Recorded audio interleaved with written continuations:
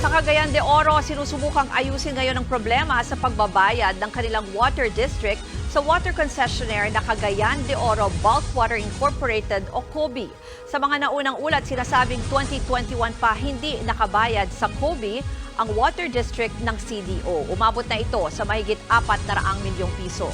Nauna nang nagsabi ang COBI na nais nilang makipagdialogo sa water district para mabayaran ang utang. Kaugnay po ng balitang yan, makakausap natin si Metro Pacific Water President Andrew Pangilinan. Magandang hapon sa iyo, Andrew. Hi, hello. Good afternoon. Pakikwento lang sa amin, ano bang update tungkol sa issue na ito?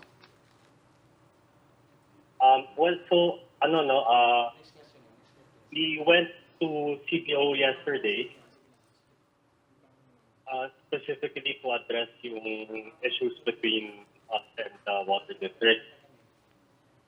Unfortunately, when we flew in, only one board director showed up.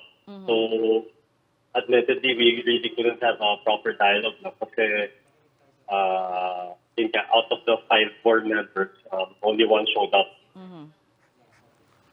So, regardless, we continued our discussion with them and requested them to put in writing some commitments that we've been waiting for them since, as you mentioned, since 2021, they haven't been paying us already. So, we just requested to put this in black and white para may pangawakan naman kami dahil din nga. We've been going around in circles in discussing these issues. Unfortunately also, they wrote us back around 5 p.m. Nandun pa kami sa studio. And they said they couldn't commit to what we were asking for. And since our deadline was yesterday also, we were forced we had our backs to cut off the water supply by midnight. So, yun ma'am. Again, last night though, we were told that the water facility, may mga police na pumunta to secure the area. So, yun, we couldn't enforce to shut off the supply. And right now, we're at this status now. So, linawin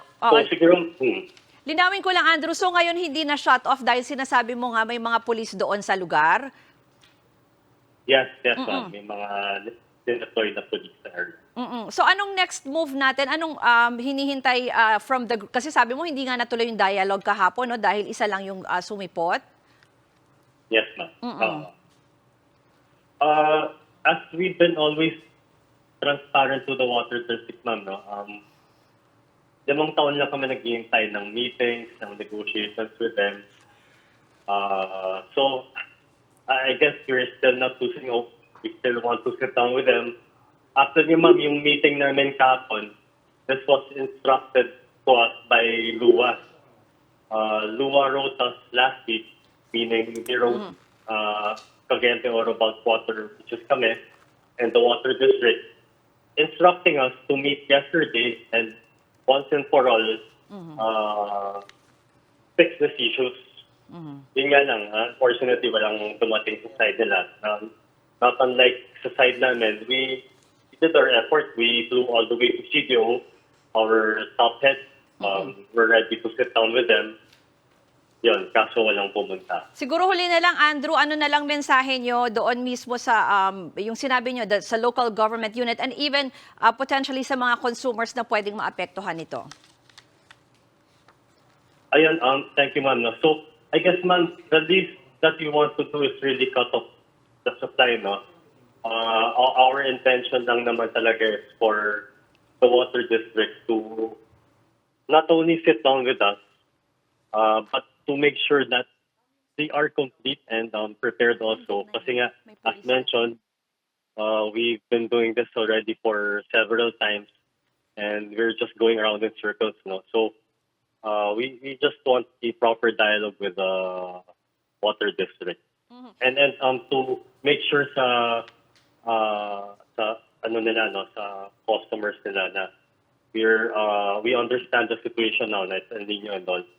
And I hope we also understand that us being in this business, we are just requiring what's due to us. And it's not a small amount, ma'am. I think you mentioned it earlier, no? So this is almost $500 million na that's due to us. Medyo unfair naman on our end. Don't do any action.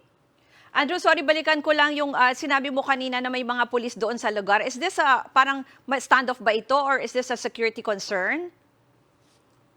Yun nga, ma'am, I can't officially say, no, who deployed it, but I think the way I heard it, it's the office of the mayor who deployed this police force, no?